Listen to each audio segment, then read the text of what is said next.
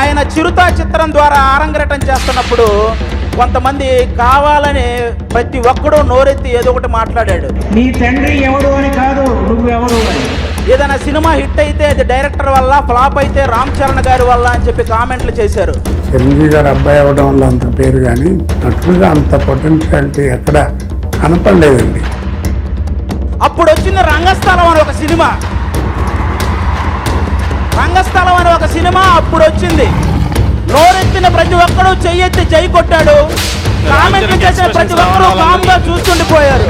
ఆ అబ్బాయిని చూస్తే ప్రతి తండ్రికి ఇలాంటి కొడుకు ఒకడు ఉంటే ఆ తండ్రి జీవితం సార్థకం అంటే.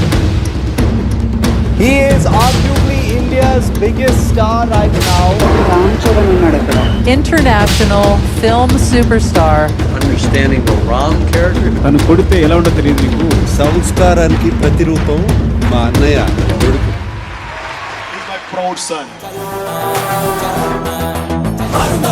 నేను నెంబర్ 1 గా చూడాలనుకున్న నా హీరో.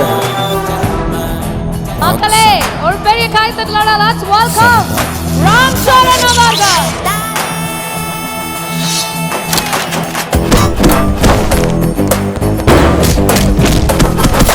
ఆయన గురించి చెప్పాలంటే ఎక్సలెంట్ స్క్రీన్ ప్రెసెన్స్. ఒక కత్తి చేతిలో కత్తున్నట్టుంది. He's got that charisma. He's got that thing. He's like, నేను ఇలాగే I will maintain this. ఇది కరెక్ట్. నేను గ్లోబల్ స్టార్, రేంజ్లో ఉన్న global star. He's literally like a treasure. ఇది నా ఇలక నా తోటి ఎట్టుకోక నా జోలి పెట్టుకెళ్ళి గుత్తరేగుతుంది కాక. ये मेरा अड्डा है तो 1000 साल है.